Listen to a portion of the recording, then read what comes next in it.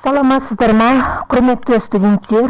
Бүгінгі біздің 13-ші дәрісіміз эмпирикалық үлестірудің биномдық үлестіруге келісімдік гипотезасының хи квадрат критериймен тексеру, үлестірудің бірқалыптылығы туралы гипотезаның хи квадрат критерийі көмегімен тексеру, біртектілік критерийі.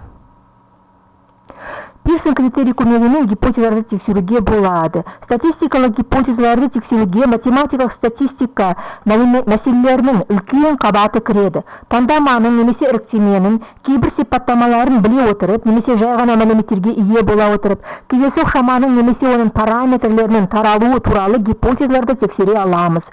Пирсон критерий көмегімен гипотезаларды тексергенде төмендегі алгоритмді қолданамыз. Қолданатын алгоритмі. Бірінші, үлестірудің теориялық заңын таңдау әдетте алдын ала беріледі. Егер көрсетілмеген болса, мысалы тарату тығыздығын модельдейтін салыстырмалы жиіліктің гистограммасын қолдана отырып, біз таңдаманы талдаймыз. Екінші, таңдама бойынша үлестіру параметрлерін есептейміз. Математикалық күту мен дисперсия осы үшін есептеледі. А, сигма, нормалды немесе қалыпты үлестіру үшін, А, Б, бір қалыпты, немесе оны айтады равномерная орысша айтқанда үлестіру үшін, лямбда Пуассон үлестіру үшін және тағы басқаларды. Үшінші, теориялық жиіліктер есептеледі. Интервалға түсудің теориялық ықтималдығы арқылы және бастапқы ол таңдаулы жиіліктермен салыстырылады. Төртінші қадам, хи квадрат статистикасының мәні талданады және тараудың үлестіруінің теориялық заңына сәйкес пе жоқ па деген қорытынды жасалады. Қалыпты үлестіру заңдылығы немесе нормалды. Анықтама. Минус шексіздік плюс шексіздік аралығынан мән қабылдайтын және ықтималдықтар тығыздығы фи x-тен 1 бөлінген сигма түбірасты 2 пи көтілген е дәрежесінде минус x минус а квадратта бөлінген 2 сигма квадрат. Мұндағы а мен сигма, а жаңағы параметрі, сигма үлкен нөлден нақты параметрлер теңдігімен анықталатын x кездейсоқ шамасын қалыпты үлестірім деп атайды. Қалыпты үлестірімнің сандық сипаттамалары mx ол а, математикалық күтім немесе үміт, dx дисперсия сигма квадратқа тең. Осы мен қалыпты үлестірімнің бірінші параметрі а математикалық күтім, ал сигма орташа квадраттық ауытқу болды. Теорема. Әрқандай эпсилон үлкен 0 үшін сынау саны n мейлінше үлкен болғанда m бөлінген n минус p айырымы модуль бойынша кіші эпсилон теңсіздігінің ықтималдығы бірге ұмтылады. Яғни формула бойынша лим n шексіздікке ұмтылғанда p жақшада m бөлінген n минус p модуль бойынша кіші эпсилоннан осы ықтималдығы бірге тең. Мысал бірінші, Пирсон критерийін қолдана отырып 0,5 маңыздылық деңгейінде x генералдық жиынтықтың нормалдық таралуы туралы болжам таңдаманың нәтижелеріне сәйкес келетіндігін тексеріңіз. Міне мұнда таңдама берілген x және оның көлемі n неше рет пайдаланатын. Осы есепті өзіңіз қазір лабораториялық сабақтың ішінде шығарасыз. Енді бір қалыпты үлестірім заңдылығы анықтама. Осы Б А аралығынан, то есть А Б аралығынан мән қабылдайтын және үлестірім тығыздығы осы интервалдың ұзындығында тұрақты болатын кездейсоқ шаманы бір қалыпты үлестірілген деп атайды. Анықтама бойынша міне f кішкентай x үлестірім тығыздығы тең 3 жол. Бірінші жолда және үшінші жолда егер x кіші немесе тең a 0, егер x үлкен немесе тең b 0 болады. Ал мына x a b аралығында жатқан кезде 1 бөлінген b минус a-ға тең. Мұнда осы a b аралығы қалып қойды интервал. Берілген тығыздықты пайдаланып, бір қалыпты кездейсоқ шаманың үлестірім функциясын табуға болады. Үлестірім функция f үлкен x тең 0 егер x кіші a, x минус a бөлінген b минус a егер x a-дан үлкен, бірақ b-дан кіші немесе тең, және 1 егер x b-дан үлкен. Бір қалыпты үлестірімнің сандық сипаттамалары mx. Мына формула бойынша интеграл a-дан b-ға дейін x fx dx ол тең болады a плюс b бөлінген 2. Ал dx дисперсиямыз a бөлінген b x квадрат көтілген fx dx минус mx квадратта ол тең b минус a-ның квадраты бөлінген 12. Және сигма x осы түбірасты дисперсиядан ол болады b минус a бөлінген 2 түбірден 3. Осылай анықталады. Екінші мысал, белгілі бір ауданда орташа тәулік аппараттық ауа температурасы 300 күн бойы тіркелді. Бақылау нәтижесінде эмпирикалық таралуы алынды. Кестеде көрсетілген, ол кестені жаңағы өздеріңіз лабораториялық сабақтардан аласыз. Бірінші баған температура аралығының градуспен көрсетілген. Екінші бағанда жиілік NI, яғни орташа тәуліктік температура осы интервалға жататын күндер саны берілген. 0,5 мәнді деңгейде ауаның орташа тәуліктік температурасы бір қалыпты таралады деген болжамды тексеру қажет. Екі таңдамалы үшінді Хи-квадрат критерийін пайдалануға болады. Мысалы, үшінші. Маңыздылық деңгейі 0,5 болатын Хи-квадрат критерийін қолдана отырып, 100 ауыл және 100 қалалық мектеп оқушылардың сауалнамасы бойынша оқушылардың зияткерлік даму деңгейінің мектеп түріне тәуелділігі бар жоғын тексеріңіз. Кестесі берілген, мектептің типі қалалық ауылдық, сосын мына жерде зияткерлік даму деңгейі. Мына жерде барлығы бір кесте ғой, мұнда мен жасалған жоқпын. Сондықтан әрқайсысына бөлек солай жаздым. Зияткерлік даму деңгейі төмен, қалыпты, жоғары. 25-50-25 это қалалық, ауылдық 52-41-7 сәйкес. Енді келесі биномдық таралу. Немесе үлестіру. Биномдық таралу симметриялы тек оның шектеулі түрінде болады. Бұл таралу биномиалды ыдырауға P плюс Q n дәрежесінде байланысты болғандықтан осылай аталады. Биномдық өрнек бұл плюс немесе минус белгісімен жағанған екі мүшеден тұратын өрнек. Биномдық үлестіру бұл оң немесе теріс деп жіктеуге болатын оқиға нәтижесінің ықтималдығы таралуы, яғни ол белгілі бір оқиға болуы мүмкін немесе болмауы мүмкін жағдайлармен байланысты. Жартылай өлшеулерге орын жоқ және шараның қарқындылығы ескерілмейді мұнда. Болатын немесе болмайтын оқиғаның жалпы ықтималдығы бірге тең, сондықтан егер оның болу ықтималдығы P болса, онда оның болмауы ықтималдығы Q тең болады 1 минус P, себебі P плюс Q тең 1 болады.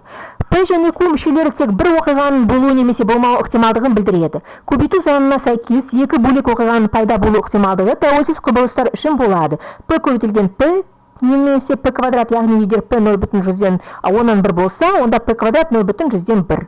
Екі оқиғаның әрқайсысының орындалмау ықтималдығы Q квадрат немесе 0,1 81. Себебі Q бізде 0,9 ғой, 0,9 квадраттағасы 0,81 болады. Бірақ мүмкіндіктің жаңа сериясы пайда болады. Өйткені бірінші жағдайда оқиғаның болуы оның екінші жағдайда болмайтындығымен байланысты.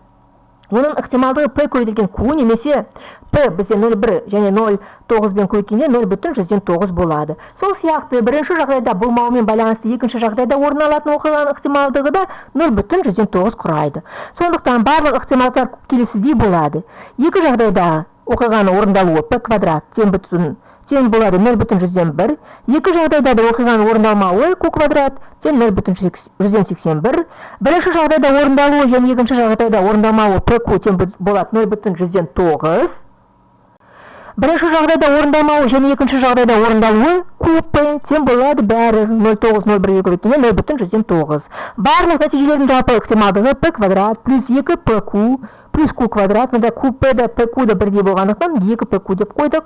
Ол болады 1,0. Сонымен жалпы ықтималдық алгебралық түрінде P квадрат плюс 2PQ плюс Q квадрат немесе P плюс Q-ның квадраты түрінде жазылады. Егер үш оқиға болса, онда сәйкес. Барлық үш жағдайда оқиғаның орындалуы P үшінші дәрежесінде ол 0,1 үшінші ретке келтіргесін 0,1 болады. Барлық үш жағдайда оқиғаның орындалмауы 0,9-ды 3 рет өзіне көбейткесін Q үшінші дәрежесінде 0,729 болады. Екі жағдайда орындалуы және бір жағдайда орындалмауы 3P квадрат Q. Ол болады 0,027 мыңнан. Бір жағдайда орындалуы және екі жағдайда орындалмауы 3P Q квадрат.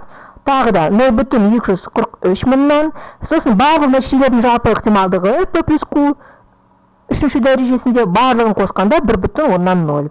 Өздеріңізді осыны бәрін тексеріп алыңыз. Дәл солай оқиғалар үшін оқиғаның орындалмауы P плюс Q n дәрежесінде биномның жіктеуі арқылы жазылады. Жалпы ықтималдық анықтама бойынша P плюс Q тең 1. Сондықтан қандай да n болмаса да P плюс Q n дәрежесінде бәрі 1 болады. Ол мына өрнектен көрініп тұр. Егер P Q-ға тең және 2-1 болса, бірдей бір-біріне тең болса, онда биномдық үлестіру симметриялық болады. Сондықтан p плюс q үшінші дәрежесінде p куб плюс 3p квадрат куб плюс 3p q квадрат плюс q куб. Мына p мен q бір-біріне тең болғандықтан p q-ға тең, онда p кубты q кубке тең, 3p квадрат q тең 3p q квадрат болады. Сондықтан мыналарды екеуін қосып беруге болады. Егерді p және q тең емес болса, онда қисық симметриялық болмайды. Графиктік көрініс бойынша жаңағы мәліметтерді осы әртүрлі аралықтарға бөліп, осындай гистограмманы құруға болады. Биномдық таралу, биномдық үлестірудің үлестіру тығыздығы PI бернеулі схема бойынша тең болады. CNI ол жаңағы теру формула бойынша көрсетілген P дәрежесінде I, көрсетілген Q дәрежесінде N-I. Мына жерде схемасы, бернеулі схема бойынша биномдық таралу заңы жаңағы гистограмма арқылы берілгенде, міне осы графиктік түрінде осылай болады. Биномдық үлестіруінде математикалық күтім формуласы бар mx тең болады n көбейтілген p. Ал дисперсиясы dx тең болады npq көбейтілген көбейтіндісі. Енді биномдық, Пуассон, қалыпты үлестірулер статистикалық жұмыстарда маңызды болатын үлестірулер қатарына кіреді. Тәуелсіз n сынақтар жүргізілсін, қайталатын міндетті емес. Олардың әрқайсысында a кездейсоқ оқиға p ықтималдықпен болуы мүмкін. Сонда x кездейсоқ айнымалы шама осы сериядағы a оқиғалардың орындалу саны биномдық таралуға ие. Осы кездейсоқ шама келесі мәндердің біреуін қабылдауы мүмкін. x0 тең болу 0, x0 тең 1, енді x0 емес x1 деп белгілейміз. x2 тең 2, көп нүкте xn-1 тең n-1, xn тең n. Төртінші мысал, тиынды 5 рет лақтырса, онда кездейсоқ шама биномдық заңы бойынша үлестірілген елтаңбаның саны. Елтаңба міндетті түрде түсу мүмкін. x0 тең 0 рет, немесе x1 тең 1, немесе x2 тең 2, немесе x3 тең 3, немесе x4 тең 4, немесе x5 тең 5 рет. Олардың сәйкес ықтималдықтары бернеулі формула бойынша табылады. Жаңағы PI тең PN үстінде NI тең CNNI P дәрежесінде XI, Q дәрежесінде N-XI. Мұндағы N тәуелсіз сынақтардың саны, P әр сынақта A оқиғаның орындалуының ықтималдығы, Q тең 1-P әр сынақта A оқиғаның орындалмауының ықтималдығы. Енді XI тең 0, 1, 2 көп нүкте N-1 сосын N осы серияның A оқиғаның неше рет орындалу саны, барлық мүмкін болатын мәндер тізімі. Осы үлестіру заңын кестеге жазайық. X, XI және PI екі жолдан құрылады. XI 0-ден N-ға дейін мәндерін жазамыз. PI жаңағы міне мәліметтерін жазамыз. Ықтималдықтар PI Ньютон биномдың мүшелері болады. Сондықтан осы үлестіру аты да содан шыққан. Биномдық деп. Бином формуласы бойынша мына орынды болады. Сондықтан әрқашанда біз соңғы жолын PI-лардың қосындысын бірге тең болса, онда біз дұрыс есептегеніміз көрінеді. Сонымен түскен елтаңба саны үлестіру заңы осы кестемен жазылады. Бақылау барлығын қосқанда бір шығады. Осы есептеулерді Excel-дегі стандартты функция көмегімен есептеуге де болады. Ол тең болады бином расп жақшада MNP0. Мұндағы N сынақта M оқиғаның орындалу саны, ал P әр сынақтағы оқиғаның орындалу ықтималдығы. Сондықтан жаңағы лаборатория сабақтарда осы формула бойынша есептеуге болады. Бесінші мысал. Бір атыспен нысанаға тигізу ықтималдығы 0,6 болсын. X кездейсоқ шаманың таралу заңын жасамыз. 4 соққымен нысанаға түскен соққылар саны. Соққымен деген нысанаға атқанда, сол дәл нысанаға тигізуі деген. MX және DX есептеңіз. Көпбұрыш және үлестіру функциясын құрыңыз. Және осы P ықтималдығын x минус mx модуль бойынша кіші сигма x ықтималдығын табыңыз. Шешуі. Серия n тең 4 жасалынады. 4 рет атады. Дәл 4 рет нысанаға атады. Әр атқанда нысанаға тигізу ықтималдығы P тең 0,6. Сынақтар бір-бірінен тәуелсіз. Және x кездейсоқ шама биномдық заң бойынша үлестірілген. Берілген кездейсоқ шаманың үлестіру қатарын жасайық. Бернеулі формуласын пайдаланамыз. Жаңа алдында жазылған. Сонда x i тең 0, 1, 2, 3, 4 алып, қарастырып отырған серияның барлық мүмкін нәтижелерін табамыз. 0-ші қадам x0 тең 0 болғанда p0 міне формула бойынша c4 0 көйті 0,6 0 дәрежесіне көйті 0,4 4-ші дәрежесінде 0,6 0 дәрежесі бәрі 1 болады. 0,4 4-ші дәрежесі 0,16 дағында 0,16-ға көйткенде 0,10 мұнан 256 болады. Мынау 4 рет атқанда нысанаға тигізбейтін ықтималдығы. Бірінші енді қадам x 1 тең 1 болғанда p1 табамыз. p1 4, c1 4 көйтілген 0,6 бірінші дәреже көйтілген 0,4 үшінші дәрежесінде сонда шығады 0,10 мұнан 1536. Мынау 4 рет атқанда дәл 1 рет нысанаға тиетін ықтималдығы. Дәл солай 2 рет нысанаға тиетін ықтималдығын 3 рет 4 рет табамыз да үйлестірудің ізделінді заңы міне кестеге жазамыз. Сосын бақылауын жасаймыз. Тексеру. Осы барлық p-лердің мәндерін қосқанда 1 шығып тұр, сондықтан барлық есептеулер дұрыс. Осы кестеге қарап, үйлестіру көп бұрышын тұрғызамыз. Міне сәйкес 0, 1 осы ықтималдықтарын салып, мынау болады. Үйлестіру көп бұрышы. Математика күтімінің дисперсиясын есептейік. Биномдық үйлестіруіне дайын формуласын қойып, n көйтілген p n 0,6-ға көйткенде 2,4. Нысанаға тигізудің орташа күтілетін саны 2,4 болады. dx тағы npq. Q бізде деген 1-ден азайту 0,6 0,4 болады. Сондықтан 4 0,6 0,4 көйткенде 0,96. Мынау математика күтуге қатысты соққылардың нысанаға тигізудің дисперсиясы. Енді ықтималдықтың үйлестіру функциясын құрайық. F үлкен x міне мындай болады. 0 егер x кіші немесе тең 0, мынау 0,256 10-мыңнан, яғни егер біздің x 0-дің 1-дің аралығында, сосын 1-дің 2-ның аралығында міне 0, 17, 92, 0, 52, 48, 0, 87, 04 және 1 соңғысы. Осы міне кестеде саламыз. Кестенің мәліметтерін пайдаланып наны салдық, fx функцияның құрдық және міне графиктік түрінде салдық. Басқарақ фигура сияқты болады. Енді осыны табамыз p ықтималдығын. Кездейсоқ шаманың мәні оның математика күтуінен бір орташа квадраттық немесе стандартты ауытқудан аспайтындығын ықтималдығы. Осыны табамыз. Ол орташа квадраттық ауытқуын әулі табамыз. Сигма x ол түбірасты dx. 0,96-дан түбір 0,198. Және ізделінді ықтималдық не осы формулаға қойып біз табамыз 0,6912 10-мыңнан. Немесе талданған есепте кездейсоқ шаманың басқа нұсқасы ұсынылуы да мүмкін. Соққылар саны емес, x жіберіліп алулар саны, промақ орысша айтқанда. Бұл жағдайда ықтималдықтар кері болады. p 0,4 болып кетеді, q 0,6. Ал графикалық сандық сипаттамалары әртүрлі болады деп болжауға болады.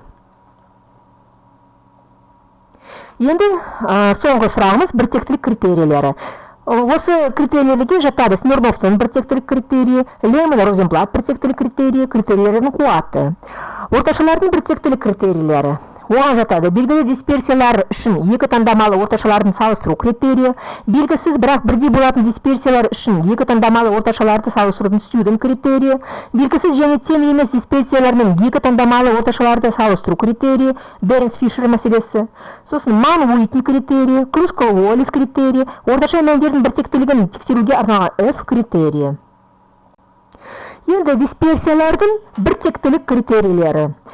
Оған жатады дисперсиялардың біртектілік критерийі, Фишер дисперсиялардың біртектілік критерийі, Баркли дисперсиялардың біртектілік критерийі, Кокрен дисперсиялардың біртектілік критерийі, Хартли дисперсиялардың біртектілік критерийі, Левене дисперсиялардың біртектілік критерийі, критерийлердің қуаты.